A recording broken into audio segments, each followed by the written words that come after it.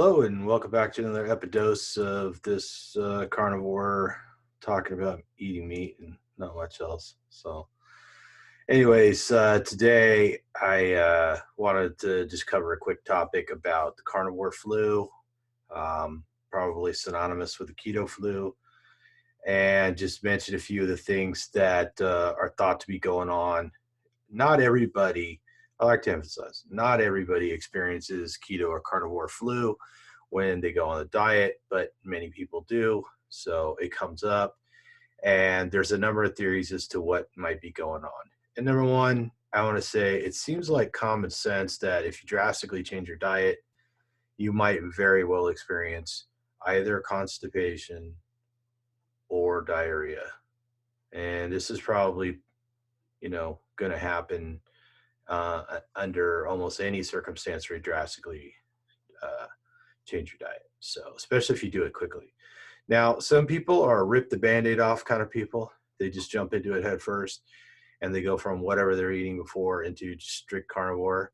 And some people ease themselves into it. So, I often tell people if you're kind of considering it, just try eating one meal that's all meat and see how that goes. And then, maybe try a whole day of carnivore, see how it goes, then a week.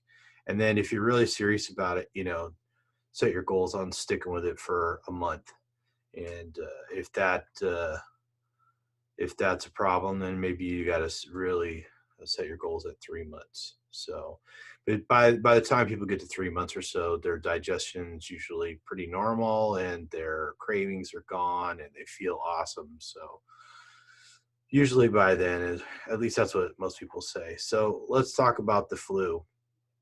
So, one of the things that might be going on is a lot of people don't eat diets rich in animal protein and animal fat per se. So, your system in general may not be geared up to digest that much of either one of those or both of those. So, if you're just eating meat, your capacity to digest that meat and turn around and turn that fat and meat into energy may not be adequate. So, you might feel a little tired.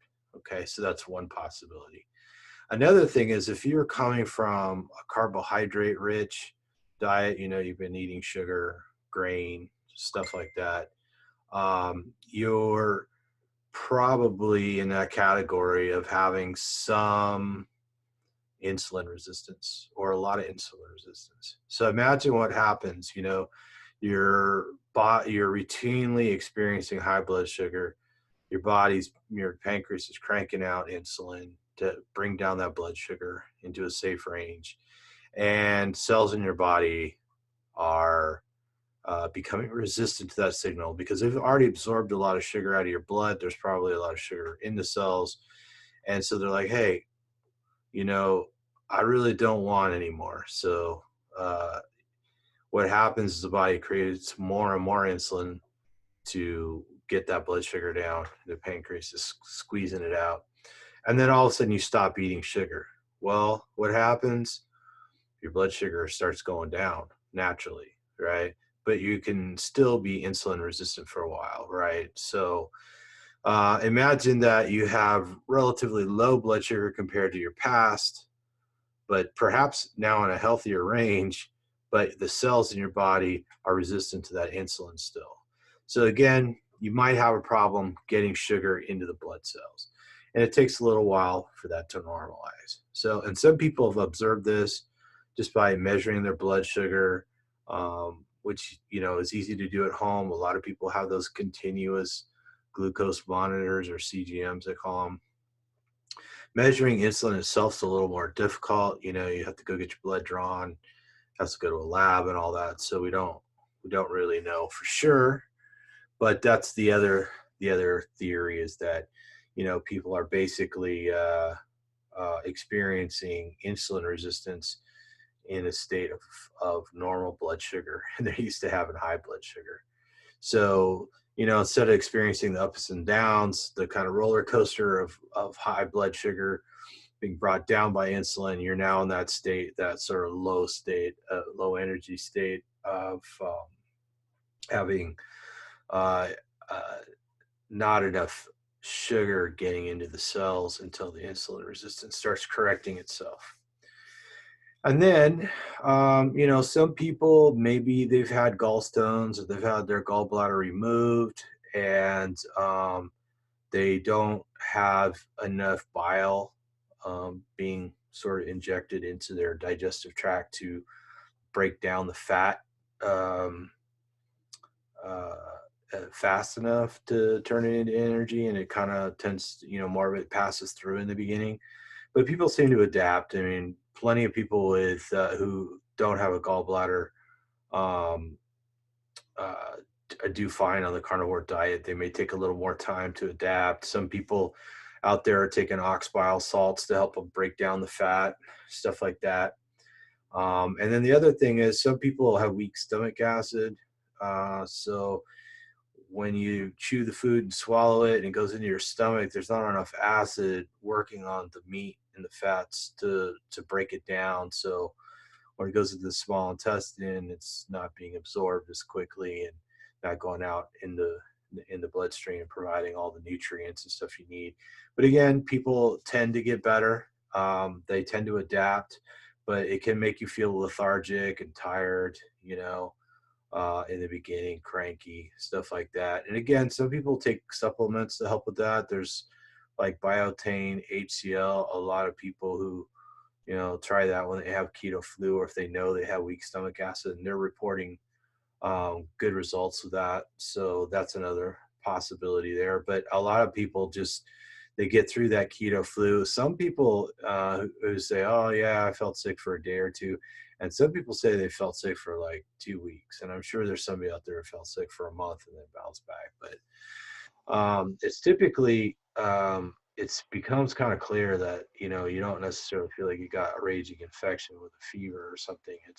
It's something else. So now I personally didn't experience it, and I think part of it was because I was already kind of avoiding sugar and eating low carb. Well, before I was low carb, the types of carbohydrates I was eating were like brown rice or quinoa and stuff like that. I wasn't necessarily eating a lot of refined carbohydrates, and I think I was kind of already working on my insulin resistance, and I think my stomach acid was probably pretty good, so I didn't really notice it. And by the time I had gone to carnivore, I was pretty well fat adapted, eating a strict keto diet and lots of fat. So I think I kind of bypassed that like a lot of people do. So and then some of the other things are that, if you've been on a high fiber diet, if you've been eating salad, you're eating spinach and fruit and vegetables and stuff like that, or taking fiber supplements, um, the the fiber makes it all the way through the digestive tract because most fiber is indigestible. So when it gets all the way down to the colon, it tends to take up a lot of room. And it also tends to bind with things like water and nutrients and stuff like that. Well, when you stop eating fiber, more of that liquid that or water that would normally be bound up with that fiber is actually coming out in your waste, and your colon hasn't been needed to absorb that much water in the past, but that's part of its job is to recover water from your waste before you excrete it. And it can take a little time for your colon to sort of ramp up to absorbing more water because there's more water available because it's not bound up with the fiber. And you also might be absorbing more nutrients because they're not bound up with the fiber, and you don't have things like phytic acid, preventing the absorption and stuff like that. So there's some changes there. But you can imagine if you have more liquid in your waste and, just from water, and you have more fat, that you aren't absorbing yet, that's a perfect recipe for some diarrhea. So, and likewise, some people experience constipation, and that might be because they aren't quite able to digest all that protein right away. So, and that seems to kind of go hand in hand with weak stomach acid. So, But as your stomach acid gets better and you start producing enough bile, and the organisms in your digestive tract, the biome in your digestive tract, as it adjusts to the new diet, most of those issues seem to resolve. But if you have any one particular um, symptom, I encourage you to go out there and look, because if you have one particular type of keto flu or carnivore flu type symptom, you could probably find some remedies out there, because there's been a lot of work on it. But don't stop at the first one. Kind of consider more than one, because I know there's been a number of them. Everybody thinks it's one thing, and they get hung up on one thing, and it could easily be something other, because this is a complicated process. So, and with most people, it's no big deal. They don't really worry about it. They don't need a remedy or whatever. But if you do, or if you're afraid to try because you think you're going to get the flu, consider that you may not have any negative experience, and also consider that most of it's pretty minor.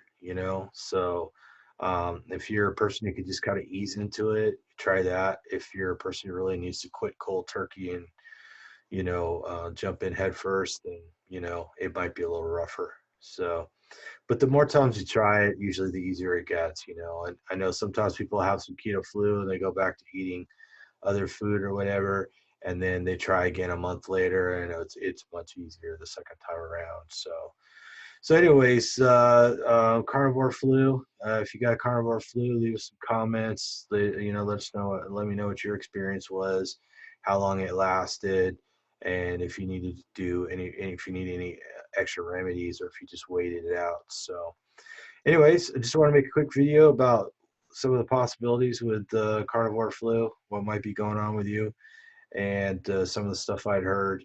So anyways, thanks for watching. If you would, please subscribe to the channel, and please send the link on to people who might benefit from it, or maybe post a link somewhere where it's appropriate, where people can get use out of the information. So, but again, give it a like, leave me a comment, and I thank you for watching.